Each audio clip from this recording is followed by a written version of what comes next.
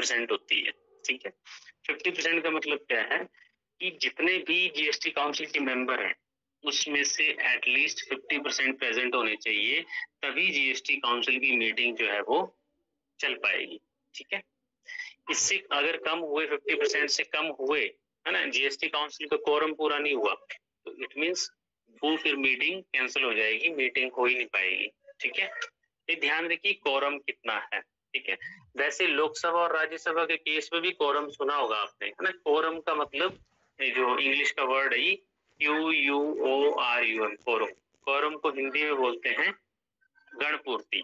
गण मतलब आदमी और पूर्ति मतलब, ठीक है। हाँ, तो गणपूर्ति जो है, अब लोकसभा में और राज्यसभा में गणपूर्ति कितनी होती है, तो कितनी होती है? 1/10 हाँ, 1/10। जितनी भी कैपेसिटी है लोकसभा की कितनी है, उसका 1/10। लोकसभा अगर देखिए, लोकसभा में 540 या 550 मेंबर हैं तो उसका 1/10, 55 मेंबर होने चाहिए वहां पे, ठीक है। प्रेजेंट 55 मेंबर होंगे तो लोकसभा की कार्रवाई चलेगी, लोकसभा की कार्रवाई तभी चलेगी। वैसे ही राज्यसभा के केस में, मगर वो लोकसभा और राज्यसभा के केस में 1/10 है, ठीक है, पर जीएसटी काउंसिल में 50% है, ये थोड़ा सा ध्यान रखना है आपने, ठीक है। जीएसटी में अब इतना तो आपने याद रख लेना है, बाकी कई बार क्वेश्चन आता है कि जीएसटी जो है वो कौन सी संस्था है, कैसी है, जीएसटी काउंसिल कैसी संस्था है, तो ये संवैधानिक निकाय है, ठीक है। अब ध्यान रखना कि संवैधानिक निकाय में क्यों बोल रहा हूँ, क्योंकि संविधान में इसके लिए संशोधन हुआ है, ठीक है।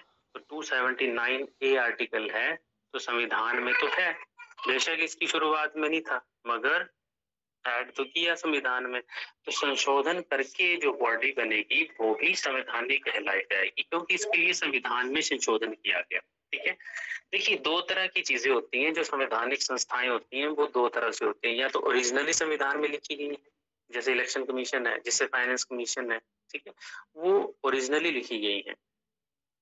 अगर हम बात करें जीएसटी काउंसिल की, वो ओरिजिनली तो नहीं था, डॉक्टर भीमराव अंबेडकर ने थोड़ी लिखा था कि जीएसटी बनेगी, मगर उस टाइम पे उन्होंने कुछ प्रोविजन डाले थे, उसमें फिर जो है वो फ्यूचर की पार्लियामेंट ने उसको चेंज किया, जैसे 2016 में अमेंडमेंट्स हुई, तो फिर जीएसटी काउंसिल एक संवैधानिक संस्था बन गई। संवैधानिक है जीएसटी, अब कोई भी आएगा तो जीएसटी को ऐसे नहीं हटाया जा सकता, ठीक है।